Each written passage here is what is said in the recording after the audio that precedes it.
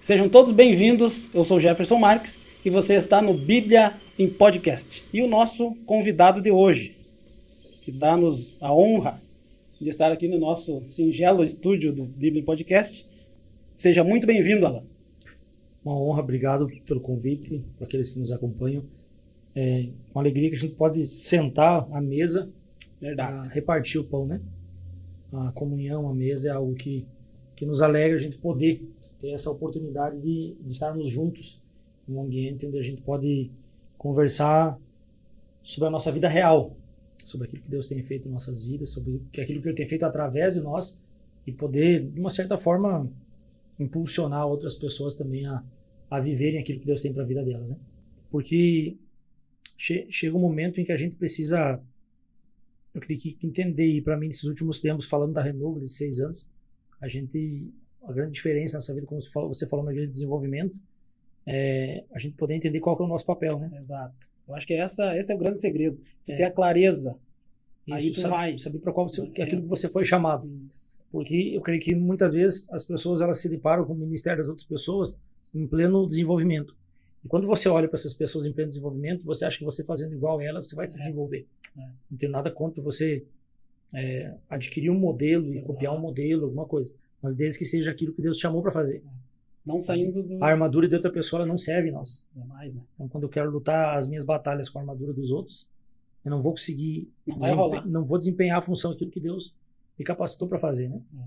Então, as coisas acho que têm fluído. Nós somos muito gratos ao Senhor por isso. Temos uma equipe muito boa de trabalho.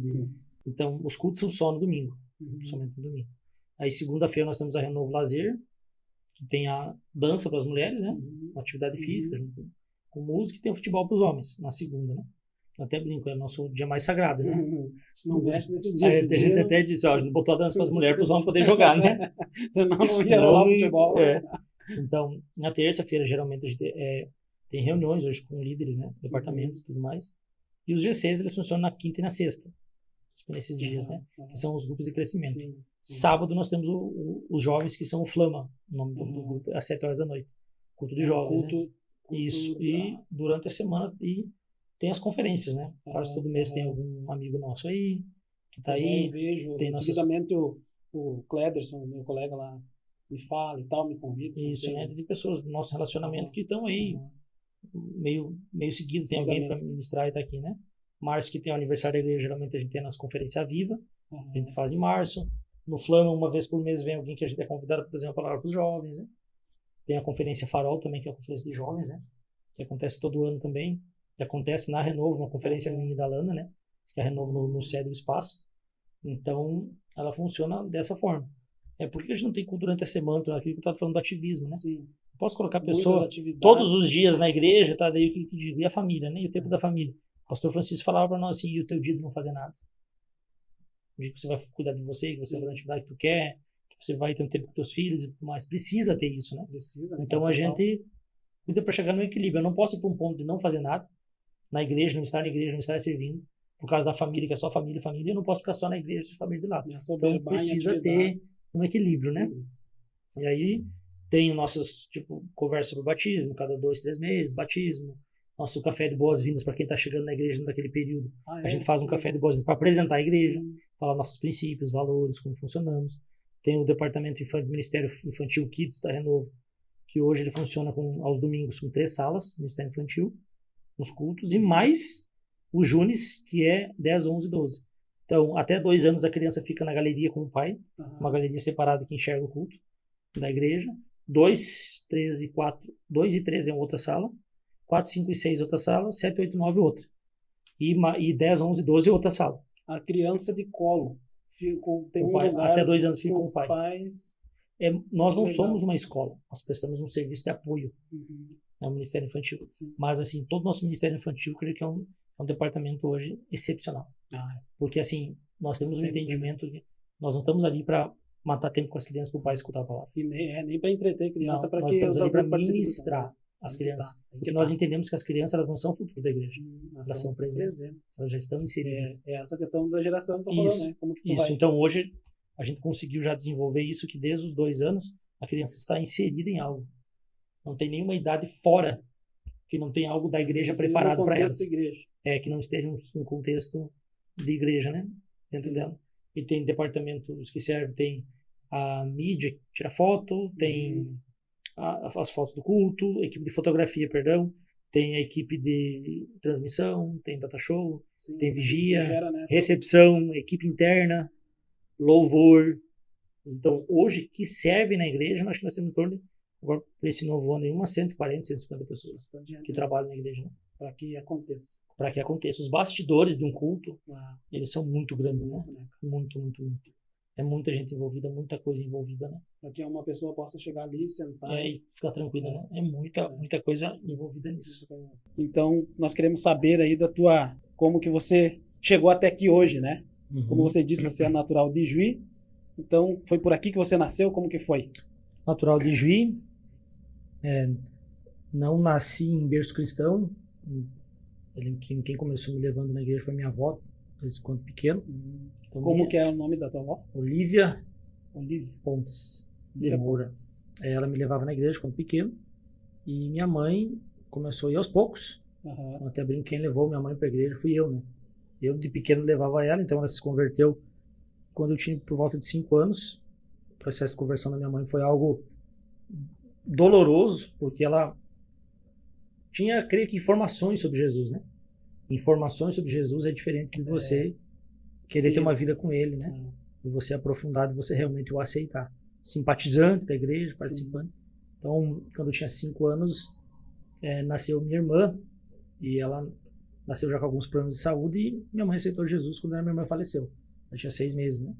Então, minha mãe aceitou Jesus naquele momento, e ela começou a trilhar uma vida com Deus. Muito intenso, porque foi só em Jesus que ela conseguiu o conforto para esse momento, né?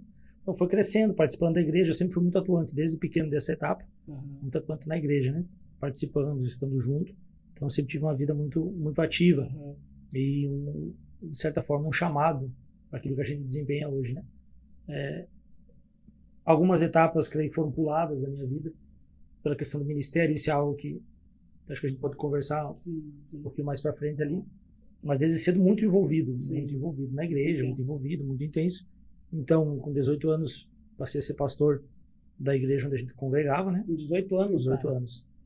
Isso, né? Eu prego desde minha primeira mensagem ao domingo, que foi com 12 anos, dessa idade um pouco mais para frente ali. Não tem bem certa idade, né?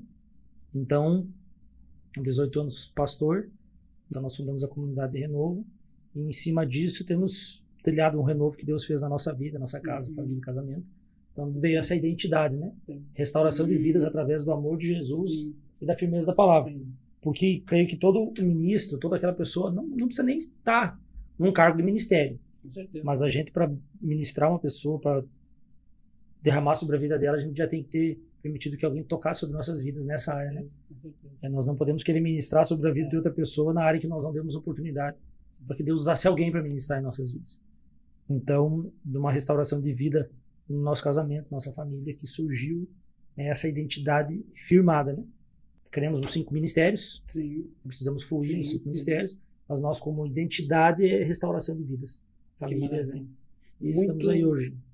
Bem recente, né? Mas o que eu acompanho é uma igreja plantada recentemente, mas eu acompanho em pleno desenvolvimento, né? Que bom. Isso vê a ação do Espírito de Deus, né? Através do trabalho. Quando cheguei na fase da adolescência, comecei a me envolver muito cedo com responsabilidades dentro da igreja, né? Pois é, tu tem assim uma aparência de mais velho, ter maturidade pela idade mais que velho, tem, né, cara? E quando o meu colega de trabalho, que é membro da tua igreja, lá participa lá, quando ele falava de ti, eu tinha a impressão que me dava, é uma pessoa mais velha, assim, pela forma que ele colocava, né? Porque assim, a gente apanhou cedo, muito e aprendeu muito cedo, né? Desde cedo com responsabilidade. Isso, porque uma das questões, assim, eu creio que em determinados momentos sobre a minha vida, de adolescência, mas eu carreguei um fardo muito pesado. Uma porque eu queria, achava que aquilo era o momento certo. Abraçava. E outra, pela forma como se conduzia uma igreja. Eu uso, talvez, o nome de igreja com sistema. Que são as grandes igrejas, rede de igrejas, o qual desenvolve o trabalho da forma que eles acham que é correto, né? Então, muita responsabilidade desde cedo, muito em cima.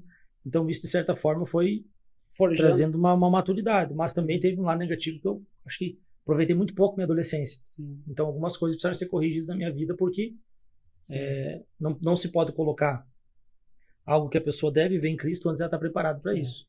A gente precisa olhar para a próxima geração e entender que a gente precisa preparar eles. E não querer que eles vivam aquilo que a gente está vivendo. Né? A gente não pode, eu não posso... Acho que uma das coisas mais confrontantes para um líder é entender que não é a geração que está abaixo dele que precisa servir ele. É ele que tem que servir a próxima geração. Exatamente.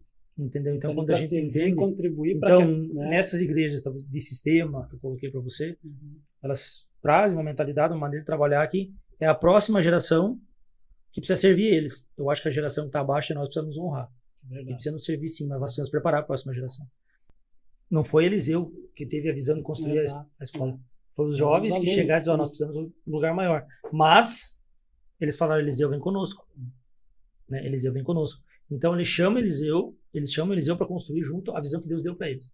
Eu tenho que saber que a geração que está abaixo de mim, elas vão ter uma visão que eu não vou ter. E eles precisam saber que eles precisam me chamar para estar junto com eles. Aqueles que estão próximos, são filhos. Então, a gente precisa ter esse caminhar junto de geração em geração. E a grande mudança da minha vida de maturidade, que você citou e tudo mais, veio quando eu entendi a necessidade de ser pastoreado. Hoje tem algo que eu coloco assim, a necessidade de ser pastoreado. Eu acho que os pastores precisam entender que eles precisam ter pastores sobre a vida deles. Também, né? E não um pastor de prestar relatório. Não. Aqui tá, vida, né? Arrecadei tanto, tenho tantos membros, fiz isso, fiz aquilo. Conta, né? E outra visão que para mim ela não é uma palavra que não é uma palavra que não cabe, mas eu presto contas a Deus e ponto. Nós temos um Deus de continuidade, Abraão, Isaac e Jacó. Então, quando a gente fundou a Comunidade de Renovo, que nós saímos da igreja a qual a gente pertencia, a gente estava meio sem saber o que fazer, né? E então, que foi um amigo nosso, o pastor Cris Batiston, do Ministério Filhos do Homem, nos levou. Só, eu tenho um lugar para apresentar para vocês e creio que vocês precisam caminhar junto com eles. 6 anos atrás, para desenvolver a igreja, estatuto, visão e tudo mais. Então, para contar um pouco a história, a gente, desde os 6 anos atrás, nós somos pastoreados, temos a cobertura da Comunidade de Alcance, né? A época do pastor Francisco, que faleceu há 2 anos, e hoje, através do pastor Marciano, que é o pastor sênior hoje, né? O pastor Luciano Subirá passou a igreja para ele, um tempo já, e está apostolando sobre os alcances. Mas quando eu entendi que o pastoreio é algo que mudou a minha vida, aí que eu vi resultado nas pessoas que estavam abaixo de nós. Quando eu permiti ser pastoreado e cuidado, eu vi o resultado. Então, quando um homem permite ser cuidado e pastoreado, ele vê resultado no seu casamento, nos seus filhos, no seu trabalho. Então, quando o homem ele permite que alguém cuide dele, né? Sim, exato. Creio que é uma palavra, eu acho que ainda tem muito a se desenvolver isso, porque até tempos atrás eu tentei, conversando com outros pastores, a gente precisa ter um pastor sobre nossa vida. Não, pastor tem amigo pastor. Concordo, tenho amigos pastores, mas eu tenho um pastor sobre a minha vida. Exato. Que pode me corrigir, dizer, você não devia ter feito isso. Você é uma autoridade espiritual. Você não devia ter feito aquilo. Você precisa usar essa palavra. Você precisa ir por esse caminho. Você está no caminho certo ou não está. A gente precisa ter alguém que nos corrija. Exato. Amizade e tal, relação é outra coisa. Agora, outra coisa. O pastoreio, né? Aquele que vai ter... E essa, a nossa segurança está nisso. Eu creio que quando a igreja começou a ver isso em nós, nessa transição que a gente teve de ministério, que nós fomos fundadores, né? Quando eles passaram a enxergar isso em nós, que nós tínhamos aqui em prestar contas, né? Sim. Isso, eu acho que ainda aqui muito no Sul é algo que muitas vezes não é que não é bem aceito, mas ainda é um lugar que não é muito entendido, né? Muitas pessoas até me perguntam que convenção você pertence, né? Só sou desligado de uma convenção, temos pastoreio de uma igreja. O que eu digo? Se eu fizer alguma coisa errada aqui, se eu falar alguma besteira aqui, você tem para quem ligar. Sim. Você pode ligar pro meu pastor, você pode ligar... Tem uma autoridade. Pode ligar, o cara foi lá, só falou bobagem, né? Sim. Tem alguém para uma autoridade. Tem uma autoridade.